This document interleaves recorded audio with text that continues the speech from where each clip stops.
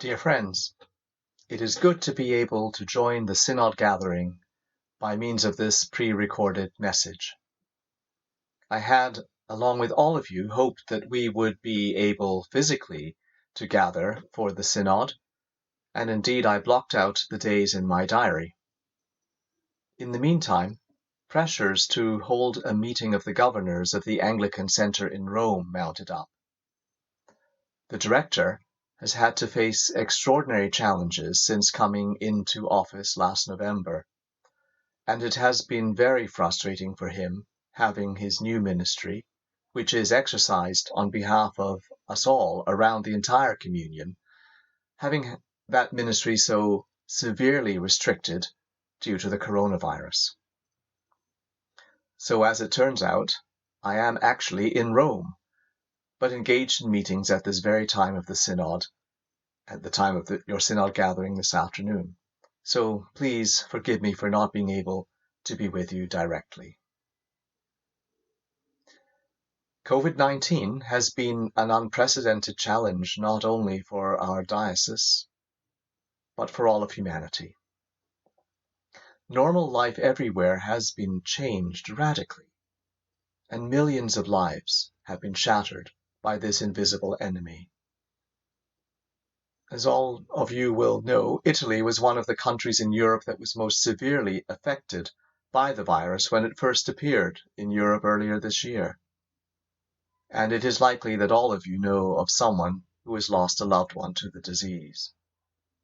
Indeed, our very own Lisbeth Watkins, a member of the Synod, lost her beloved husband Giancarlo to the virus. And even as we meet, Malta is in the midst of an increase in the incidence of infection, bringing those Maltese islands into a very difficult situation.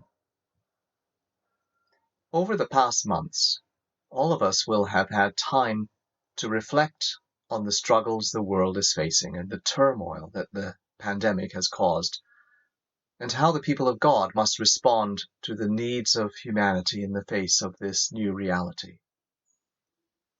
So today I want to briefly share with you a couple of my own thoughts about the ways that we might move forward as the people of God in our life and mission and ministry. God leads us all to turn these days into a time of spiritual transformation, a time to grow in our faith and to value the glorious gift of life which has been given to us, and to look afresh at this wonderful gift which is creation. Unprecedented disruption to our normal life is actually not a new thing for God's people. These past couple of weeks, those of us who recite morning prayer will know that we have been reading through a period of ancient history in the first book of Kings. It's a glorious period in the life of the people of Israel, a truly golden age. Solomon's reign has begun. He was anointed king over the people by Zadok the priest. He's managed to eliminate the threat of his elder brother Adonijah, whom he had killed. His reputation as a wise man was spreading. The scriptures tell us that people from all nations came to hear his wisdom, and his heart was as vast as the sand on the seashore. And with great fanfare, Solomon begins building his temple and enthrones the Ark of the Covenant in it. And we've got marvelous accounts of the glory of that temple, the cedar wood planks imported from Lebanon, the carved ornaments, the golden cherubim, the bronze of the altar. And he also builds a stately palace of the king with a throne of ivory covered in gold. And we read of the visit of the glamorous Queen of Sheba. She'd heard of Solomon's wisdom, and she wanted to see it for herself. And she was blown away with what she saw. She said to King Solomon, "Until I came and saw for myself, I did not believe the reports. But clearly I was told less than half, for in wisdom and prosperity you surpass what was reported to me." And Solomon built ships that brought into his treasury gold from abroad. He built armies of chariots and horses. Even in his personal life, Solomon seems to have found his paradise. He had 700 wives of royal rank and 300 concubines. The book of Kings states, "For riches and for wisdom, King Solomon surpassed all kings on earth. This is clearly the period of what Jesus says in St. Matthew's Gospel, that was Solomon in all his glory. But in spite of all this glory and stability and investment and infrastructure and triumphant life, there was trouble brewing. There was an ominous signal from God that things were going to take a radically different turn. In this case, not because of a virus, but because Solomon's heart had turned away from the Lord and he had followed other gods. And sure enough, as we know from the rest of the Second Kings, the people of Israel fell dramatically from this golden age into an age of severe division and war, corruption and unfaithfulness. It's a stark warning for the people of God never to get too comfortable when we are in good times. So we read this ancient story of glory days in the light of what we've experienced in the past 6 months, and it strikes me as ironic to be reading about the wonders of Solomon's temple precisely at a time when we have had to reassess the place of our own houses of worship, our churches. We are returning to the sacred buildings in a very careful and tentative way, surrounded by the rules and regulations which we rightly must observe to keep ourselves and others safe from infection. And perhaps we wonder if the former golden age of the church might ever return. What have we learned as the people of God in this time? A golden age, if it ever was one, has passed. How have we been changed? Let me share a couple of reflections. During this time of pandemic, our eyes of faith have been opened more widely. Most of you, I think, know of my international ecumenical work with the Roman Catholic Church. And I'm a great fan of the teachings of the Second Vatican Council. And one of the great documents to have emerged from that council is the Pastoral Constitution on the Church in the Modern World. It's often known by its Latin title, Gaudium et Spes, which of course means joy and hope. Gaudium et Spes should be absolutely mandatory reading for all who are training for ministry. But it is also such a moving document that the whole people of God would benefit from its understanding about the mission of the Church in the world. Of course, as this archdeaconry is in a very Catholic part of Europe, it's also useful for us to be familiar with this ecumenical text. Gaudium et Spes begins with such a strong statement of the solidarity of the Church with all of the human family. It says, "The joy and hope, the grief and anguish of the people of our time, especially those who are poor or afflicted in any way, are the joy and the hope, the grief and anguish of the followers of Christ as well." It goes on to speak of how we learn about our mission priorities, essentially by attuning our ears to the voice of God, discerning how God speaks through human events and experiences. The document says, at all times, the Church carries the responsibility of reading the signs of the time and of interpreting them in the light of the gospel, if it is to carry out its task. During this time of pandemic, we, the people of God, have become aware of the great yearning of humanity for God. So many people are looking afresh at spiritual traditions to help them cope with the pandemic. We observe this across our diocese. Our clergy report that attendance at virtual services has been strong and very often far beyond the numbers who would come to physical services. I repeat what I have said in an earlier time to the people of this diocese, that the pandemic, as it turns out, is not a fruitful time for militant atheists to proclaim their doctrine. The crisis has shown us that people Yes, even our modern 21st century scientifically astute and sophisticated people are hungry for faith. This crisis and the lockdown, for many, has opened up a hole through which people are seeking to glimpse at things,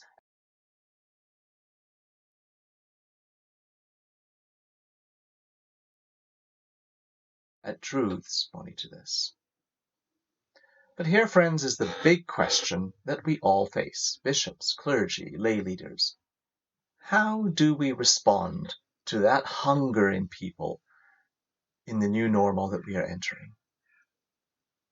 And many questions follow from this one. How do we begin as church to make clear to the world that we are a community to which folk can turn for inspiration to help us heal and care for our planet? How can we begin as church to witness unfailingly to God's justice, to rooting out all inequality and racism and elitism and post-colonial mentalities? How can we shed the perception among so many that we are an old-fashioned and exclusive club where many are not wanted and many are still rejected?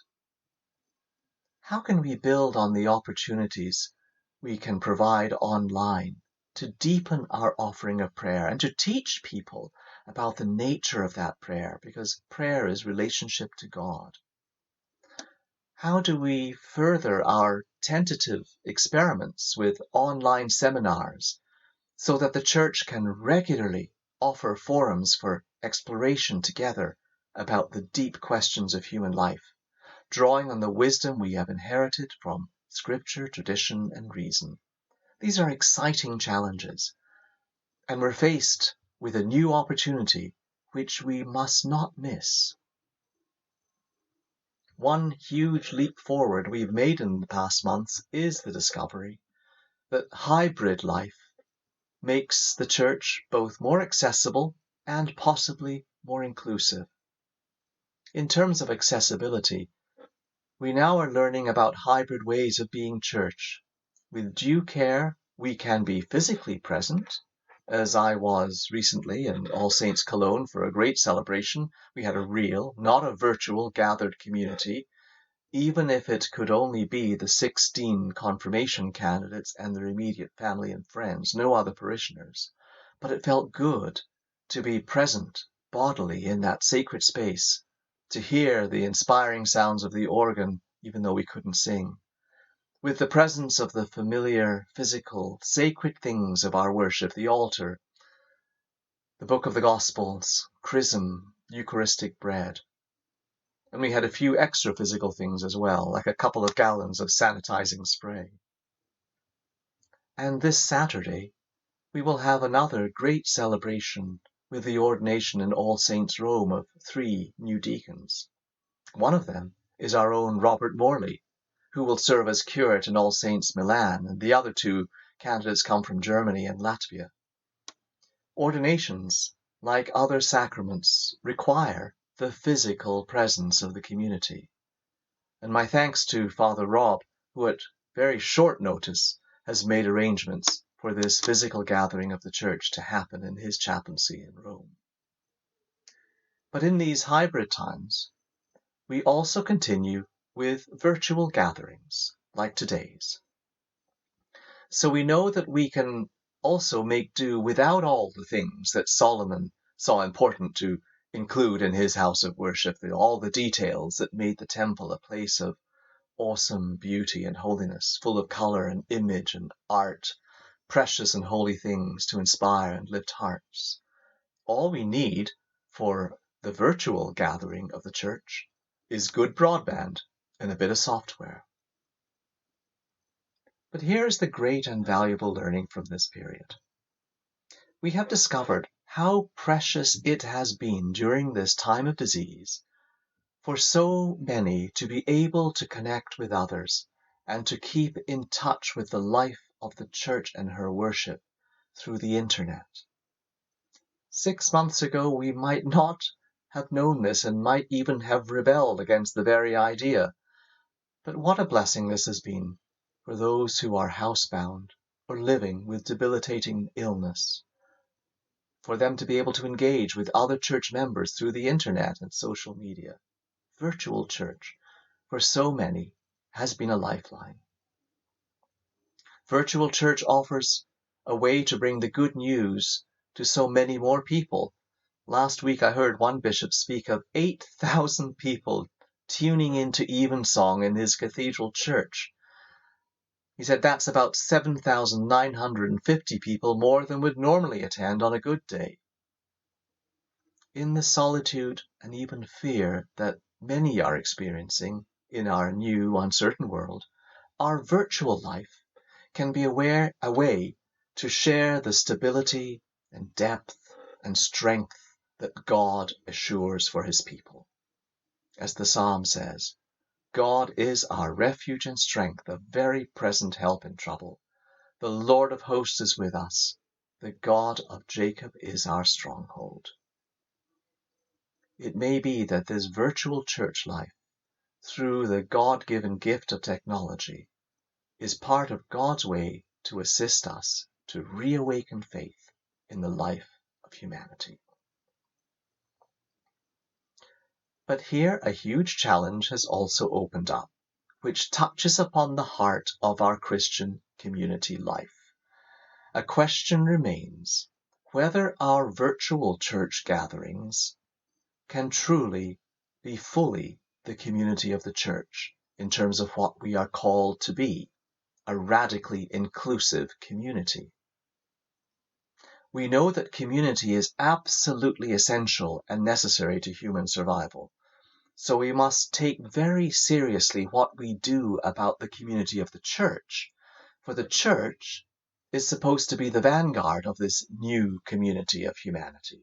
The church is supposed to be the model for the just and inclusive community for which humankind is striving and which is God's will for us all. Let us not forget how the church actually grew in early days. Christianity did not grow because of miracle working in the marketplaces. Christianity did not grow because of great strategic plans or because the Emperor Constantine said it should grow. Christianity grew because Christians constituted an intense, real, and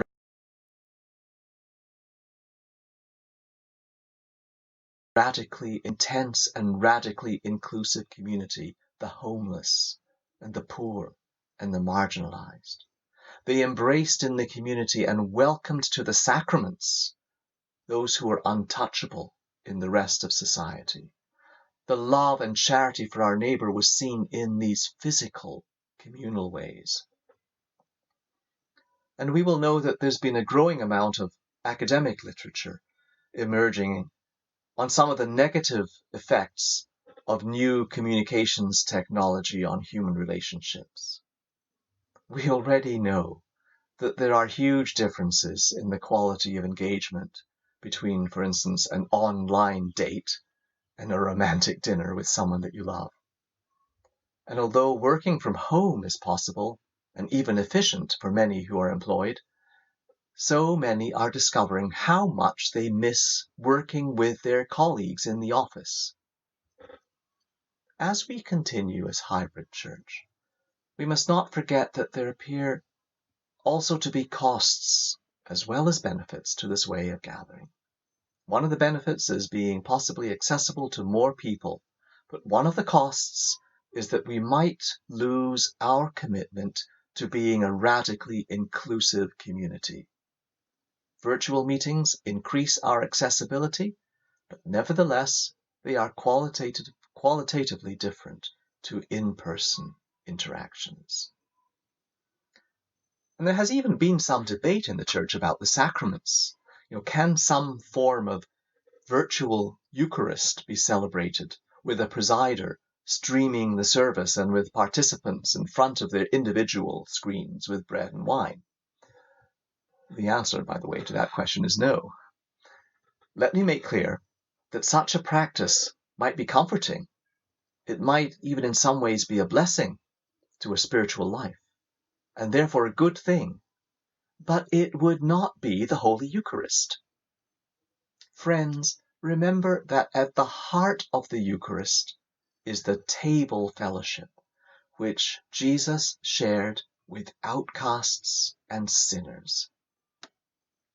It would be one thing for Jesus to chat with the Samaritan woman over Zoom, but it is quite another thing for him to violate all social boundaries and meet directly with her at the well.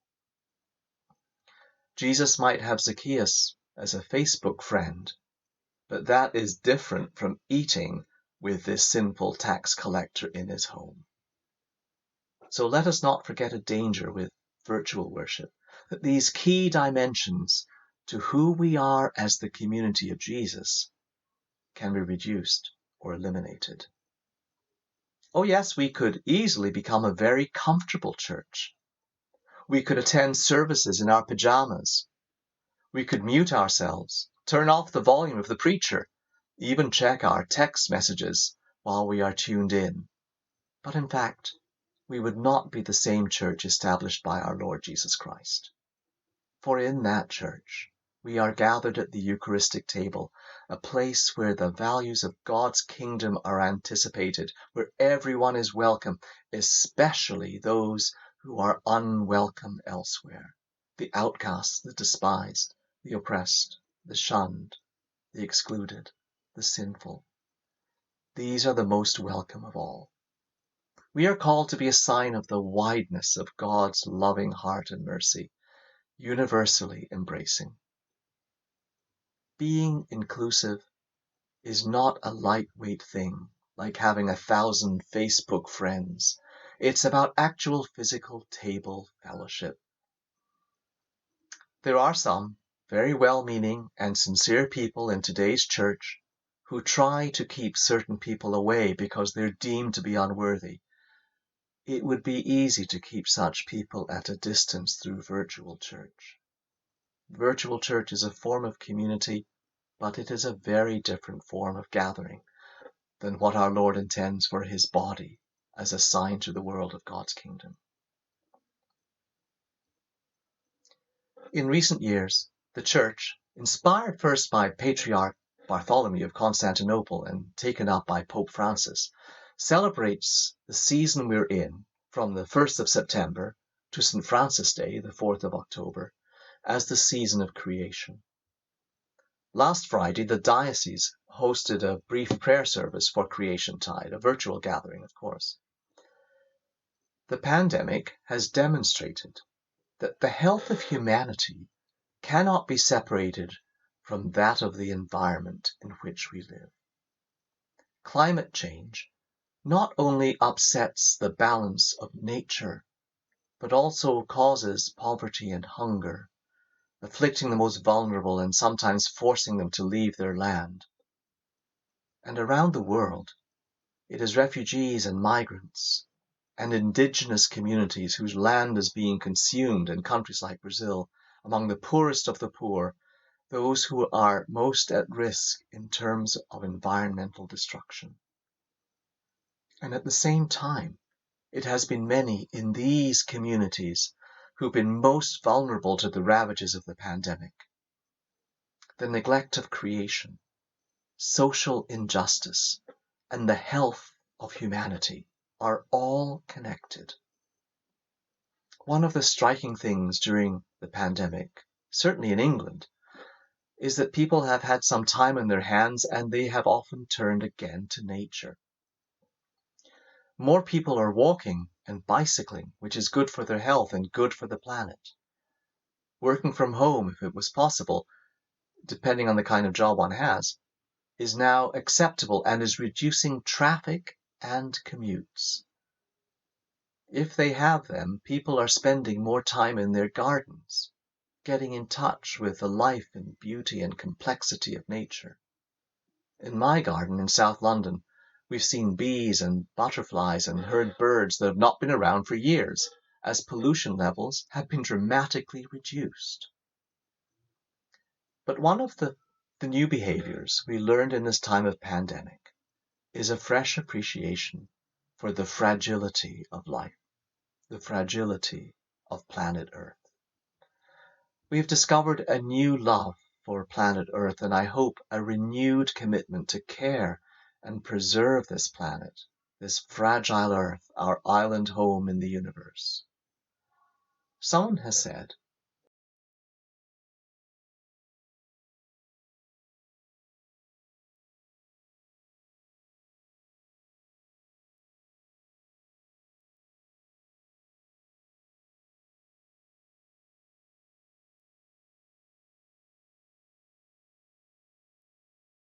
that life once and for all the acts which harm the beauty of the world and her creatures. The pandemic has brought us a window of opportunity to press the reset button and embrace a lifestyle that recognizes the delicate predicament of the planet and encourages us towards a life on eggshells. To go back for a moment to the teaching of Gaudium et Spes, this time of pandemic is for us a time of learning and listening. As we move forward into the future, we can remember what the Jewish people did when they returned from exile in Babylon. In exile, they'd been deprived of the worship of the temple and the sacred gatherings of the people of God in that sacred space. And on return, they did two things. First of all, they began to restore the glory of the temple and her worship. But also, they integrated into their religious life what they learned in exile. In Babylon, their only touchstone of their former community life was the Torah. So they learned a new spirituality, not temple-based, but more committed to reflection on the Torah and obedience to it. And this was incorporated into the Jewish religion upon their return. Not much different, actually, from our own Christian history, when we ceased to be a persecuted group forced to meet secretly in homes, and were able, at last, to build soaring cathedrals. We continued to value meeting in small groups for prayer and study. So in a time of pandemic, our Lord invites us to discern how we are being renewed and reformed to be ever more clearly the community of disciples that Jesus envisioned. Already in our diocese, there is a new sense of solidarity and care for each other, breaking down what was a default congregationalist mentality. Diocesan resources have been released to assist struggling communities. Chaplaincies with some resources are reaching out directly with support to other sister communities in greater hardship. The sense of being a family of communities is becoming more real and tangible. In our gradual return to the temple, in our tentative restoration after exile, let us carry forward what we've learned and let it strengthen our common future life.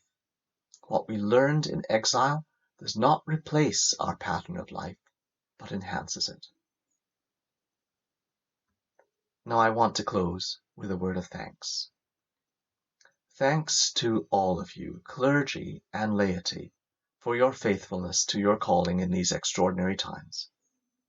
It's been said that this time of pandemic, together with all the other worries that the planet is facing, the continued economic deprivation of most of the world's population, worrying developments in global politics where the rule of law is increasingly abandoned, and the real observable effects of global heating added on to COVID-19, all of this has resulted in the human race being corporately in a state of PTSD, post-traumatic stress.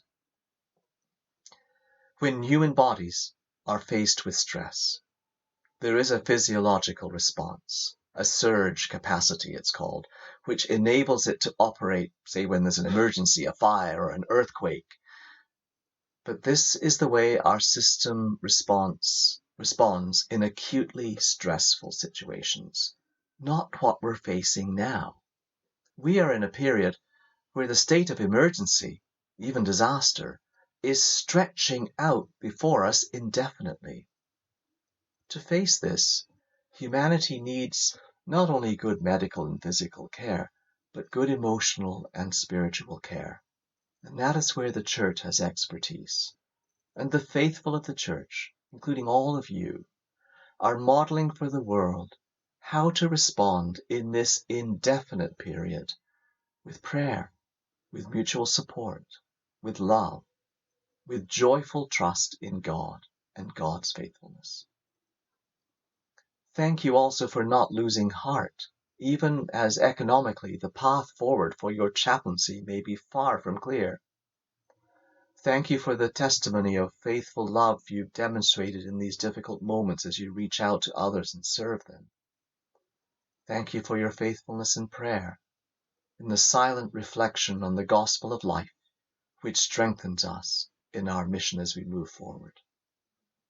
Faced with the challenges that have arisen, and facing together the ways of the world will be different from the past, with all the social and political and economic and environmental challenges that are sure to arise. There is no magic formula or blueprint for the way ahead. So I thank you for keeping the big question before us in your communities, in the diocese, and in wider society. And that question is, what sort of world do we want when the storm passes?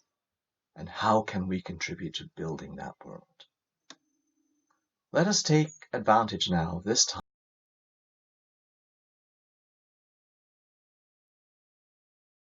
to characterize our future. Friends, continue to pray and to try to understand and imagine with your communities and prepare for a changed world and how that changed world will work and be sustainable. Continue to build working relationships of trust that will stand by you for the decades to come. I thank you and all our Christian communities who have been drawing on your God-given creativity for your intensive listening to what God is saying to us in this age, and for adapting and applying the resources from our faith tradition and the experience of the Church down through the ages, as together we seek to rebuild and strengthen the Church for tomorrow. Thank you.